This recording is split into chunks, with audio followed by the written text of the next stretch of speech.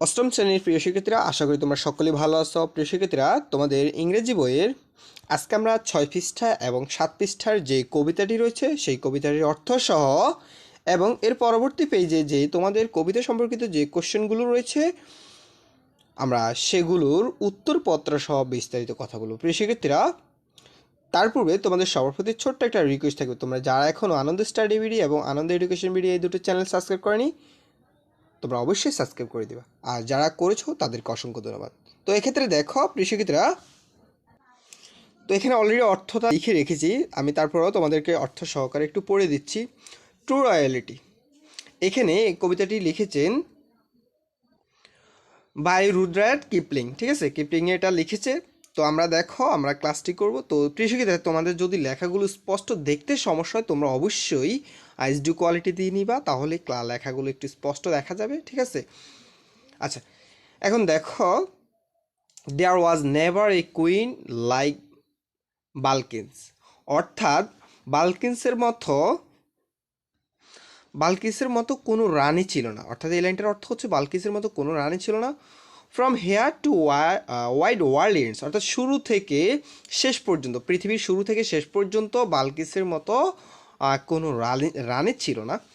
But বালকিস talked, কিন্তু বালকিস কথা বলতো, টকড টু এ বাটারফ্লাই, একটা প্রজাপতির সাথে কী করতো, কথা বলতো। As you would talk a friend, একজন বন্ধুর সাথে তুমি যেভাবে কথা বলো, অর্থাৎ প্রজাপতির সাথে কী করতো, সে কথা বলতো। এরপরে there was never a king like Solomon, অর্থাৎ সোলোমনের মতো কি কোনো রাজা ছিল না, যেমন দেয়ার ওয়াজ নেভার, কখনো কিং রাজা ছিল না, লাইক সোলোমনের মতো কোনো রাজা ছিল না। নট সিন্স, শুরু থেকে, দ্য ওয়ার্ল্ড বিগেন্স, বিশ্বের অর্থাৎ পৃথিবীর শুরু লগ্ন থেকে সোলোমনের মতো কোনো রাজা ছিল না, এটার অর্থ হচ্ছে এটা। এরপর but Solomon talk to butterfly, কিন্তু সোলোমানও কী করতো, বাটারফ্লাই অর্থাৎ প্রজাপতির সাথে কী করতো, সোলোমানও কথা বলতো। As a man would talk a man, অর্থাৎ একজন মানুষ অন্য একজন মানুষের সাথে যেভাবে কথা বলে, as a man would talk to a man, একজন মানুষ অন্য একজন মানুষের সাথে যেভাবে কথা বলে। She was a queen of Sabia, ঠিক আছে, অর্থাৎ সে সাবিয়ার একজন রানী, ঠিক আছে, কুইন অর্থ রানী। And he was Asian lord, সে ছিল এশিয়ান প্রভু। But they both of talked and butterflies, কিন্তু তারা দুজনেই কী করতো, বাটারফ্লাই অর্থাৎ প্রজাপতির সাথে কথা বলতো। When they took their works abroad, যখন তারা বিদেশে ভ্রমণ করেছিল, অর্থাৎ এই যে এখানে এই পুরো কবিতাটির অর্থ আমি এখানে লিখে রেখেছি, তোমরা দেখো প্রিয় শিক্ষার্থীরা, তোমাদের লেখাগুলো যদি বুঝতে সমস্যা হয় তোমাদেরকে আবার বলছি, এসডি কলেজ বালকিসের মতো রানী কখনো ছিল না, এখন থেকে বিস্তৃত বিশ্বের শেষ পর্যন্ত না। কিন্তু বালকিস একটি প্রজাপতির সাথে কথা বলছিল, যেমন তুমি তোমার বন্ধুদের সাথে কথা বলো, ঠিক আছে, এই প্রথম 4 লাইনের অর্থ যেটা। এরপরে সোলোমনের মতো রাজা কখনো ছিল না, পৃথিবীর শুরু থেকে নয়, অর্থাৎ শুরু থেকে সোলোমনের মতো কোনো রাজা ছিল না, কিন্তু সোলোমন একটি প্রজাপতির সাথে কথা বলছিল, যেমনটা একজন মানুষের সাথে কি করে কথা বলে। আচ্ছা, এরপরের প্যারার অর্থটা, তিনি ছিলেন সাবের রানী, কে ছিলেন, ওই যে বালকিস, এবং তিনি ছিলেন এশিয়ান প্রভু, কিন্তু তারা দুজনেই কী করতো, প্রজাপতির সাথে কথা বলছিল যখন তারা বিদেশে বেড়াতে গিয়েছিল, অর্থাৎ সেই বিষয়টি। আচ্ছা, এ ছিল আমাদের এই কবিতাটির অর্থ, অর্থাৎ ট্রু রয়্যালিটি কবিতাটির অর্থ সহ। এখন দেখো, এই কবিতাটিকে কেন্দ্র করে আমাদের এখানে কিন্তু অনেকগুলো কোশ্চেন রয়েছে, আমরা সেই কোশ্চেনগুলোর অ্যান্সার শিখব। প্রিয় শিক্ষার্থীরা, তোমাদের সবার প্রতি আবার রিকোয়েস্ট থাকবে, তোমরা যারা এখন আনন্দ স্টাডি ভিডিও এই চ্যানেলটি সাবস্ক্রাইব করেন প্লিজ সাবস্ক্রাইব করে দিও, আর ক্লাসটি ভালো লাগলে অবশ্যই একটি লাইক করে দিবা তোমাদের উদ্দেশ্যে। সো ক্লাসটি তৈরি করে তোমাদের যদি উৎসাহ না পায় তাহলে কিছুটা মনক্ষুণ্ণ হবো, এই আর কি, ঠিক আছে প্রিয় শিক্ষার্থীরা। আর কমেন্ট করে অবশ্যই তোমাদের মতামত জানাবা। এখানে দেখো, আমরা এক এক করে সবগুলো প্রশ্ন একটু জুম করে নিচ্ছি, একটু পড়ে নিব। এখানে যে বিষয়টি বলছে, প্রথমে এই কোশ্চেনটি, হাউ মেনি ক্যারেক্টার্স, কতগুলো চরিত্র আর দেয়ার ইন দ্য পোয়েম, এই কবিতাটিতে কতগুলো চরিত্র। আচ্ছা, এখানে দেখো আমাদের এখানে বলা হয়েছে যে ট্রু রয়্যালিটি কবিতাটি পড়ো এবং নিচের প্রশ্নগুলোর উত্তর করো। তো এক্ষেত্রে আমরা সেই আলোকে প্রশ্নগুলোর উত্তর করব, যে কি রয়েছে, কতগুলো ক্যারেক্টার রয়েছে এই কবিতাটিতে। তো আমরা এখানে লিখতে পারি দেয়ার আর 3 ক্যারেক্টার্স ইন দ্য পোয়েম, এই কবিতাটিতে 3টি ক্যারেক্টার রয়েছে। সেটা কি, একটা হচ্ছে সোলোমন, আরেকটা হচ্ছে বালকিস এবং আরেকটা হচ্ছে প্রজাপতি, ঠিক আছে, তিনটা ক্যারেক্টার। এরপরে who are Balkis and Solomon.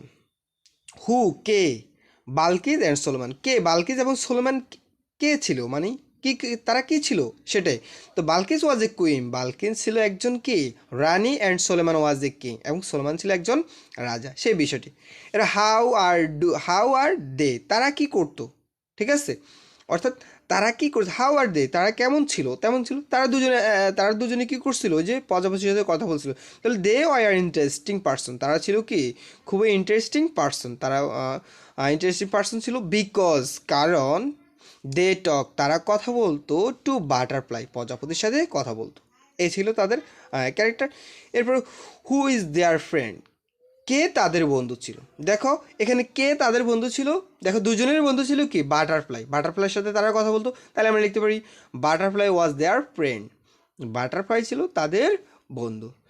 এরপর আমরা নাম্বার কোয়েশ্চেনটা দেখি, what are the rhyming words use in the poem, অর্থাৎ এই what are the rhyming, rhyming অর্থাৎ ছড়া, ওয়ার্ড ছড়ার মতো ওয়ার্ড ইউজড ব্যবহার করা হয়েছে ইন দ্য পয়েম, এই কবিতাটিতে ছড়ার ন্যায় কি ওয়ার্ডগুলো ব্যবহার করা হয়েছিল সেই বিষয়টি জানতে চেয়েছি। তো আমরা যদি কবিতাটিতে ফেরত যাই, দেখো প্রিয় শিক্ষার্থীরা, এই যে এখানে আমরা কবিতাটি দেখো, এই যে হেয়ার, আমরা দেখি হেয়ার দেয়ার, ছড়ার মতো জিনিসটা আমরা ব্যবহার করতে পারছি, ফ্রম এন্ডস, ঠিক আছে, হেয়ার দেয়ার, সেখানে হেয়ার, এখানে ফ্রম শুরু, ইন শেষ, ঠিক আছে, অর্থগুলো মিলিয়ে আমরা যে কোনো একটা ছড়া তৈরি করতে পারি, ঠিক আছে। এরপরে এইভাবে, তো এক্ষেত্রে আমরা অ্যান্সারটা এভাবে সাজিয়েছি। দেখো প্রিয় শিক্ষার্থীরা, এই যে দেখো হেয়ার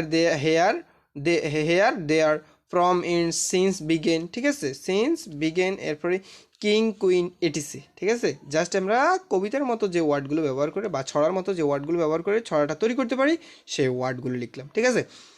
এরপরে এক নম্বরে বলা হয়েছে what are the words that are repeated in the poem. দেখো অর্থাৎ হচ্ছে হোয়াট আর দ্য ওয়ার্ডস, কোন শব্দগুলো দ্যাট যে আর রিপিটেড রিপিটেড অর্থাৎ পুনঃব্যবহার বা পুনরায় ব্যবহার করা হয়েছিল ইন দ্য পোয়েম, এই কবিতাটিতে কোন ওয়ার্ডগুলো পুনরায় ব্যবহার করা হয়েছিল। তো আমরা জানি যে শব্দগুলো, তোমরা যদি কবিতাটিতে দেখো যে অনেকগুলো শব্দ এখানে পুনরায় ব্যবহার করা হয়েছিল। প্রিয় শিক্ষার্থীরা এখানে দেখো যে যেমন এখানে আমরা যদি দেখি, যেমন বালকিন্সের নামটা এখানে ব্যবহার করা হয়েছিল অনেকবার, ঠিক আছে। এরপরে হেয়ার শব্দটা ব্যবহার করা হয়েছিল অনেকবার। এরপরে এখানে যেমন বালকিস এখানে বারবার ব্যবহার করা, বাটারফ্লাই এখানেও ব্যবহার করা হয়েছিল, এখানে ব্যবহার করা হয়েছিল বারবার, ঠিক আছে। যেমন এখানে দেয়ার ব্যবহার করা হয়েছিল বারবার। এই যে একাধিকবার যে শব্দগুলো ব্যবহার করা হয়েছিল সেই বিষয়গুলো, ঠিক আছে। আশা করি তোমরা বুঝছো। তো একাধিক শব্দগুলো কবিতা থেকে তোমরা দেখবা যেখানে অনেকগুলো শব্দ রয়েছে সেগুলো একাধিকবার ব্যবহার করা হয়েছে সেগুলো, ঠিক আছে। তো আমরা সেগুলো এখানে নোট করে নিলাম যে দ্য রিপিটেড ওয়ার্ড, পুনঃব্যবহৃত ওয়ার্ডগুলো হলো ইন দ্য পোয়েম, কবিতাটিতে পুনরায় ব্যবহৃত ওয়ার্ডগুলো হলো আর বালকিন্স, বাটারফ্লাই, দেয়ার, ওয়ার্ল্ড, এরপরে হচ্ছে বাট, অ্যাজ, ম্যান, ইটিসি, ঠিক আছে, এই বিষয়টা। ওকে, এরপর আমরা জি নাম্বারটা যদি do this repeated word, do this repeated word help you understand, তুমি কি মনে করো যে রিপিটেড পুনরায় ব্যবহৃত ওয়ার্ডগুলো আন্ডারস্ট্যান্ড বুঝতে সাহায্য করে। হোয়াট দ্য পয়েট, লেখক কি ওয়ান্টস চেয়েছিল টু সে, বলতে চেয়েছিল থ্রু কুইন বালকিন্স, রানী বালকিন্স অ্যান্ড কিং সোলোমান, এবং রাজা সোলোমান সম্পর্কে কি বোঝাতে চেয়েছিল সেই বিষয়টা কি রিপিটেড ওয়ার্ডগুলো কি সাহায্য করছে তোমাকে বুঝতে।